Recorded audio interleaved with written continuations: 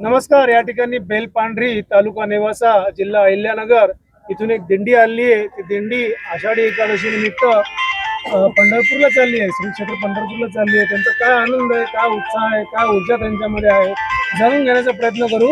अजय हरी विठ्ठल रामकृष्ण हरी. बोला. मी बापूसाहेब परसराम नारकुंडे. आमची बेलपांढरी ते पंढरपूर असा दिंडी सोहळा चालू आहे. दिंडी सोहळ्याचे वर्ष आहे 18.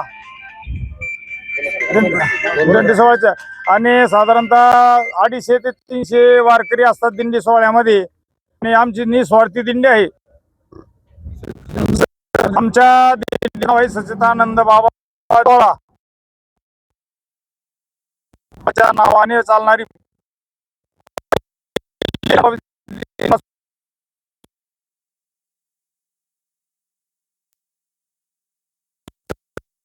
पंचकृषीतली म्हणजे बेलपांढरी, वाहेगाव, लेकुरवाडी, आखाडा, पुनदगाव,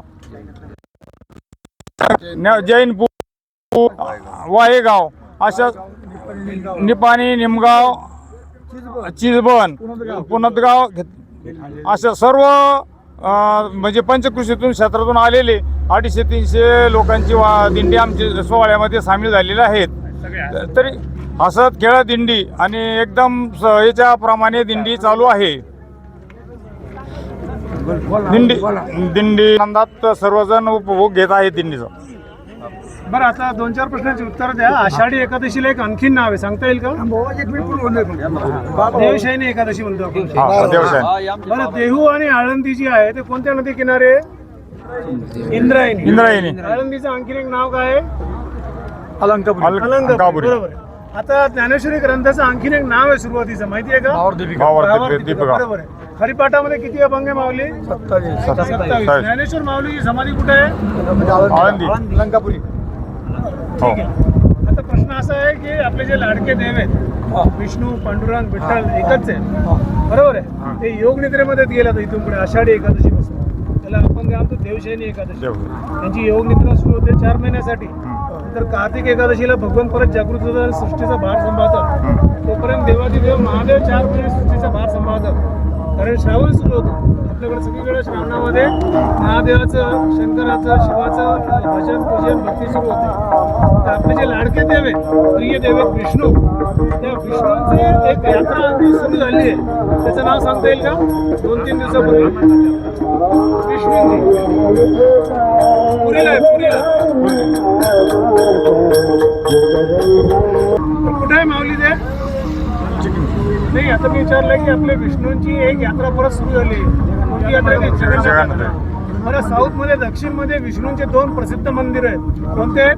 बालाजी, तिरुपती बालाजी आणि आणखीन पद्मनाभ स्वामी. बरोबर आहे. हे पण तिथलंच आहे, विष्णूंचंच आहे. सगळीकडे विष्णूच आहे की नाही? विष्णू म्हणजेच पांडुरंग, म्हणजेच विठ्ठल.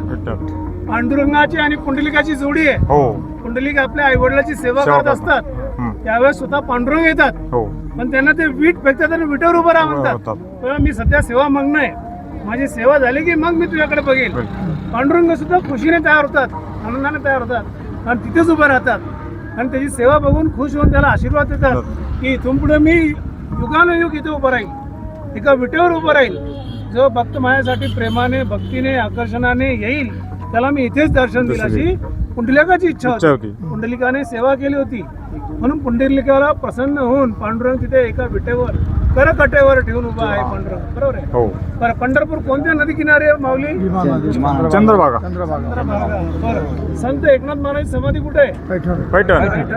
संत ज्ञानेश्वर माऊलीचं जन्मस्थान कोणतं आहे? आपेगाव. आणि त्यांचं समाधीस्थान? आळंदी. बरं, कितव्या वर्षी त्यांनी समाधी घेतली? 21-22 मध्ये त्यांनी. बरोबर आहे. हो. धन्यवाद. जय हरी कृष्ण. जय हरी. जय हरी विठ्ठल राम.